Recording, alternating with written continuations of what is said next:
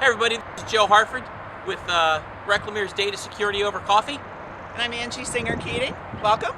And today's a special day. We want to celebrate Earth Day, which hopefully many of you realize is not just simply about tree huggers, but the fact that every one of us, both individually at home, our families, and of course our businesses, have a responsibility as it pertains to the environment.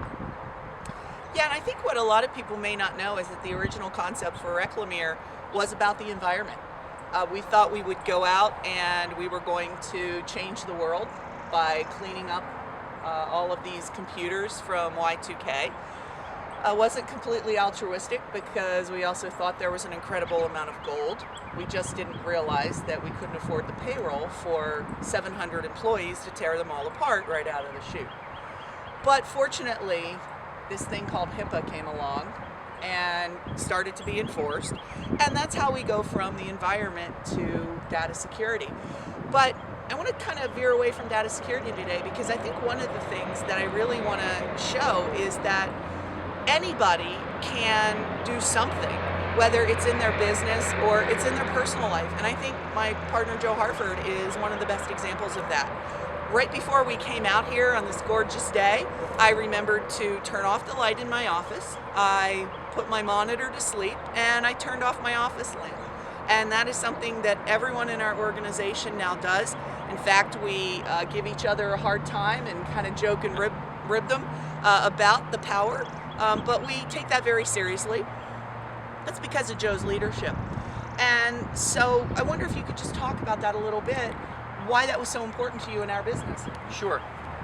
It's important for two reasons. Number one, because as a business owner, as a small business owner, you're always taking a look at how are you going to control your expenses. Absolutely. And your expenses, whether it's payroll or it's your marketing expenses, but everything counts. Every single thing that we spend money on counts, because what we spend money on will keep us from spending money on our customers and on our employees. Right.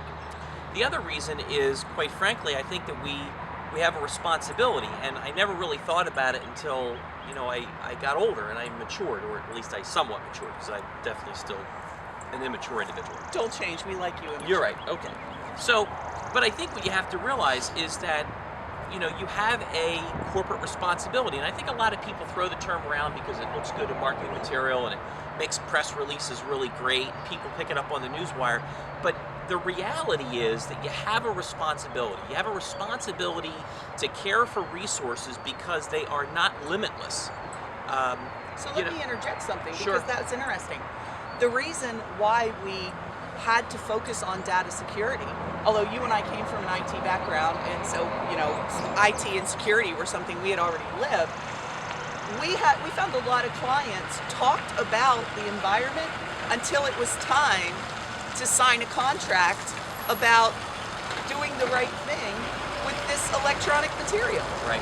And once it came time to pay to do the environmentally right thing from a corporate perspective, they weren't willing to do that and said, well, we'll just keep throwing it in the dumpster until somebody tells us we can't. And so that was a real eye-opener for us. And so, our data security focus quickly became A, because healthcare clients asked for it, and B, because we didn't want to go out of business. So that corporate stewardship, if you're not walking the walk, but you're just talking about it in your company, your employees see through that. They know it's a smokescreen, they know it's a PR trick. But I also want to talk about you personally, because I think, we all know how passionate you are about the outdoors. Until I started working with my horses, I used to think that there was no reason to go outside because you had your house and the mall. But you have always been a huge outdoor fan. And one of the things that I love about you is you don't just enjoy the outdoors. Talk about what you do at Racetown Lake and how you brought your kids into that. Sure. Racetown Lake, which is located in central Pennsylvania in Huntington County, is the largest man-made lake in the state of Pennsylvania, and I believe it's in the top 20 or 25 in the country. It is run by the Army Corps of Engineers. There are 2 marinas there, and there's also a group of individuals called Friends of Lake Racetown. And every year in the springtime, in fact it'll be coming up in the next couple weeks, we get together a group of volunteers that both have boats and work on land.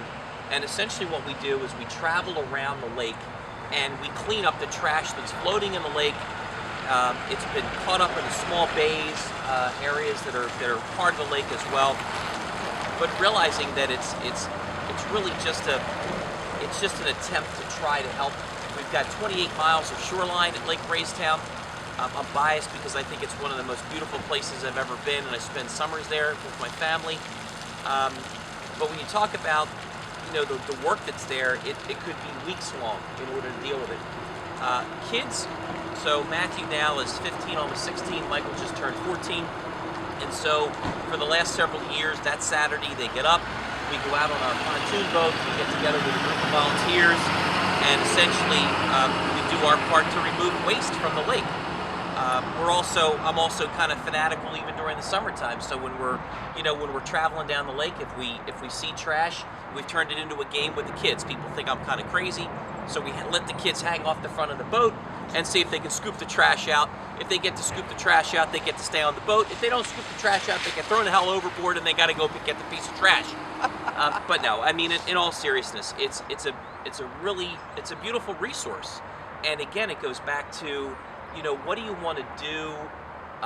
What do you want to be remembered for? And what do you want to leave your kids someday? And it's not a marketing ploy. It's not a way to make people think, Joe and Angie are really great environmental stewards. I'm sure I've dumped my own percentage of trash in my lifetime, for goodness sake. Mostly during college, but those years don't count. But the reality is that I think you have to become conscious and do something, even if it's a very small thing. Yes. Like turning off the lights in your office, or putting your monitor to sleep. The other thing that I would say, Angie and I spent last week at the NAID conference in Orlando, Florida, and I don't think that the NAID membership truly understands and appreciates the amount of paper, the millions of tons of paper that not only are they destroying from a security perspective, but they're recycling that paper. They're selling it to brokers that are going to sell it to a paper mill, and that paper is going to be reused. I mean, that's huge. So there's a lot of things that everybody can do. Absolutely. So it's not just about whether or not you're going to take care of the environment, but all of the things that go into it as well.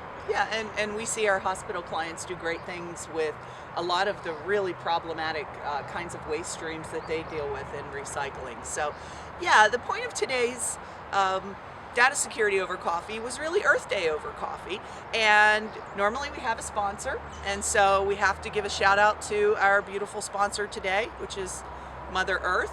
And hopefully some of you took away something that you can go back to your office and do. You can do something in your home, but have an impact. Have an impact no matter how small, no matter what you do. And thank you so much for joining us for another Data Security Over Coffee episode. Thanks, everybody. See you all later.